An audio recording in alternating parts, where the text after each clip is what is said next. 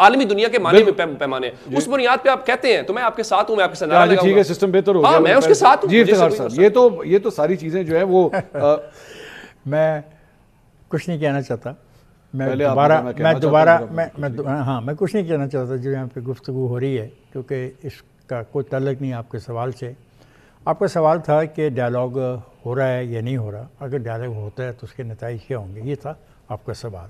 باقی اچھی یہاں پہ دوستوں نے اپنی اپنی رائے کا اظہار کیا ہے.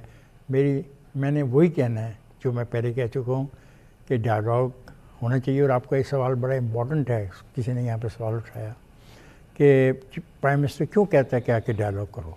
صاف ظاہر ہے کہ پرائم منسٹر چاہتا ہے کہ جو یہ کرائسس کو ڈیل کرنے کے لیے ایک ملک میں انارکی کی طرف جو جانا چاہتے ہیں اس سے بچنے کی حتمی کوشش کرے گی حکومت، تاکہ اس کو طاقت کا بھرپور استعمال نہ کرنا پڑے، کیونکہ کوئی سیاستدان یہ پسند نہیں کرے گا کہ وہ ایسی طاقت استعمال کرے جس پہ اس کو بعد میں شرمندگی ہو اور بعد میں تاریخ میں اس کا نام کالے حرفوں سے لکھا. لیکن آپ اس بات کو مانتے ہیں کہ سسٹم جو آپ فرما رہے تھے کہ سسٹم چل رہا ہے تو سسٹم تو مارشل لاء میں بھی چلتا تھا. یہ بڑا اچھا سوال کیا.